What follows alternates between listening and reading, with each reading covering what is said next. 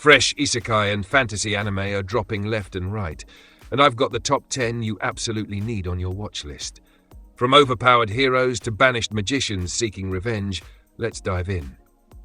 Blowing off with number 10, we've got Reincarnated as the daughter of the legendary hero and the Queen of Spirits. Okay, so the title's longer than a light novel volume, but hear me out. This one's got that cozy fantasy vibe where our protagonist gets reborn into a world where her parents are literally the power couple. No tragic backstory, no abusive noble family, just wholesome parenting and insane magical genetics. It's refreshing to see an isekai where the main character isn't immediately thrown into life or death situations. Instead, we get slice-of-life moments mixed with gradual world-building and magic training. The animation's solid, nothing groundbreaking, but the character designs are adorable. Sure, it's not reinventing the wheel, but sometimes you just want comfort food anime that doesn't stress you out. Plus, watching a kid casually summon legendary spirits while her parents cheer her on? That's the wholesome content we deserve. It's perfect for when you want something light between your darker, edgier shows.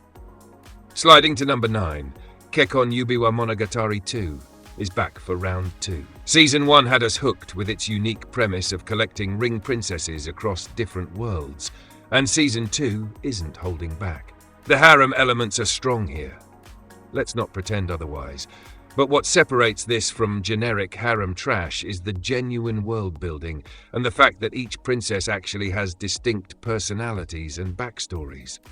The action sequences got a noticeable upgrade this season, and the stakes feel higher with new threats emerging.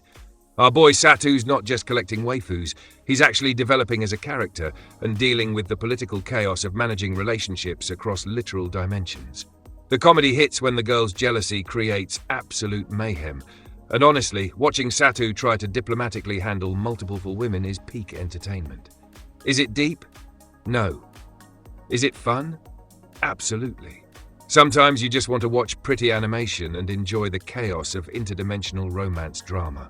Landing on number 8, we've got Let This Grieving Soul Retire. Finally, an anime that understands burnout. Our MC Cray is technically in the strongest party in the world, but he's absolutely done with the adventurer life. The twist? Everyone thinks he's this incredibly powerful, mysterious strategist when he's literally just trying to quit and live peacefully.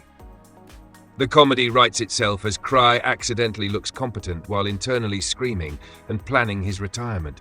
His party members worship him, enemies fear him, and he's just desperately trying to file his resignation letter.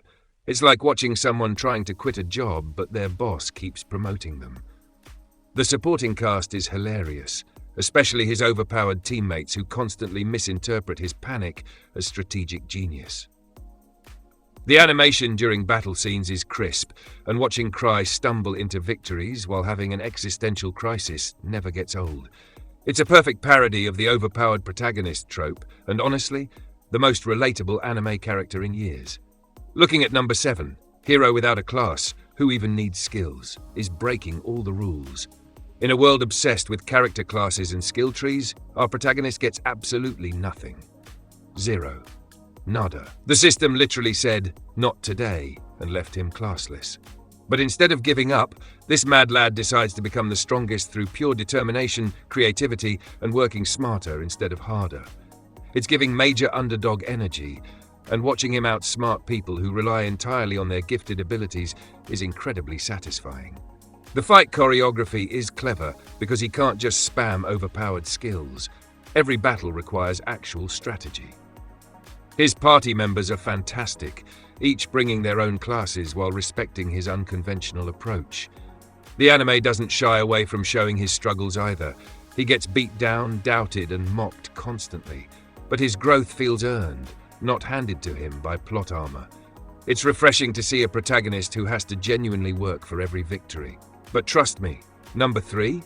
It'll mess with your head in the best way possible. Moving to number 6, the banished court magician aims to become the strongest, delivers that sweet revenge setup. Nothing hits quite like a good banishment story, and this one nails it. Our MC gets kicked out of the royal court for being too weak, only for everyone to realize way too late that he was literally holding everything together. Now he's out here leveling up in the wilderness, discovering his true potential, and making the kingdom regret every decision they ever made. The schadenfreude is delicious when his former colleagues start failing miserably without him. What makes this stand out from other banishment anime is the MC's personality. He's not bitter or obsessed with revenge. He's genuinely just vibing and becoming powerful because he finally has the freedom to grow. The magic system is detailed and creative, showing us spell combinations we've never seen before. Side characters he meets on his journey actually matter and contribute to his development. Plus, the animation during magic battles is gorgeous. Watching the royal court slowly realize they messed up while our boy becomes a legend elsewhere? Chef's kiss? Wait, no, just absolutely perfect. Hitting number 5, Shibaki is the dark horse entry that nobody saw coming. This anime went under so many radars, and that's a crime because it's genuinely unique. Set in a world where spirits and yokai actively influence daily life, our protagonist can see and interact with them in ways others can't. The art style has this distinctive, almost painterly quality that makes every frame feel like traditional Japanese artwork. The storytelling is slower, more atmospheric, focusing on individual encounters and the mysteries behind each supernatural occurrence. It's not your typical action-packed fantasy. It's contemplative, sometimes unsettling, and always beautiful. Think Mushishi meets Natsume's Book of Friends with its own twist.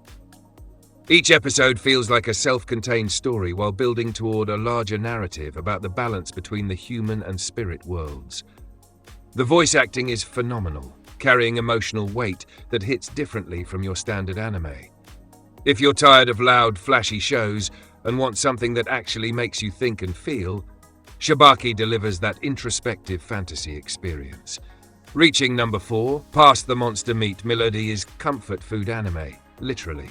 Isekai'd into a fantasy world where monster meat is premium cuisine, our protagonist is a former chef who's about to revolutionize this world's entire food culture. Every episode is part cooking show, part adventure, and completely delightful. Watching her introduce proper cooking techniques to a medieval fantasy setting while nobles lose their minds over her dishes is peak entertainment. The animation budget clearly went into making the food look absolutely incredible. Your stomach will growl every episode. But it's not just cooking. There's genuine plot development as she navigates noble politics, makes allies through cuisine, and slowly builds her own restaurant empire. The supporting cast is charming, especially the nobles who become complete food addicts for her cooking. Combat scenes involve hunting rare monsters for ingredients, which creates this fun blend of action and culinary adventure. It's Food Wars meets Isekai, and honestly, we needed this. Perfect for cozy weekend binge-watching sessions. Dropping into number 3, Necronomicon and the Cosmic Horror Show is absolutely wild. This anime said, what if we made cosmic horror cute? And somehow it works. Our protagonist discovers an ancient tome that summons eldritch entities, except they manifest as adorable anime girls who are still completely terrifying when they want to be. The tonal whiplash between cute slice-of-life comedy and genuinely unsettling cosmic horror creates this unique viewing experience. One moment you're laughing at their ridiculous antics, the next you're questioning reality as they casually reference the heat death of the universe. The animation style shifts dramatically during horror sequences, going from bright and colorful to distorted and nightmarish. It's clever commentary on how we consume horror content wrapped in an entertaining package. The protagonist's reactions are gold. He's simultaneously scared and exasperated, trying to live normally while ancient cosmic entities argue about breakfast. The deeper you get into the series, the more the existential dread sets in, but it's balanced with humor that keeps it watchable. It's weird, it's creative, and it's unlike anything else this season. Coming in at number 2, The Too Perfect Saint, tossed aside by my fiancé and sold to another kingdom, has that delicious drama. Our girl gets dumped and literally sold off because she's too perfect and makes her fiancé feel inadequate. The audacity. But here's the thing. Instead of crying about it, she walks into a new kingdom and proceeds to be so incredibly valuable that her original kingdom starts falling apart without her. The political intrigue is juicy, watching her incompetent ex-fiancé realize his massive mistake while she thrives elsewhere. Her new allies actually appreciate her abilities, and seeing her confidence grow is beautiful character development. The romance subplot is slow burn but satisfying, built on mutual respect rather than instant attraction. What sets this apart from other villainess/saint stories is how it handles power dynamics and self-worth. She's not seeking revenge, she's simply being herself, and that's enough to make her former kingdom regret everything. The animation is pretty, the voice acting delivers emotional gut punches, and the satisfaction of watching terrible people face consequences? Absolutely unmatched. Taking the number 1 spot, I left my A-rank party to help my former students reach the dungeon is everything. This anime understood the assignment. Our protagonist is a veteran adventurer who leaves his elite party to mentor his former students, kids he taught years ago who are now ready for serious dungeon diving. It's wholesome, action-packed, and surprisingly emotional. Watching him guide them through challenges with patience and wisdom while they grow into capable adventurers hits different. The party dynamics are fantastic. Each student has distinct personalities, goals, and growth arcs. Combat is tactical and well animated, showing real strategy instead of just power-level spam. What makes this number 1 is the heart behind it. It's about legacy, mentorship, and choosing what truly matters over prestige.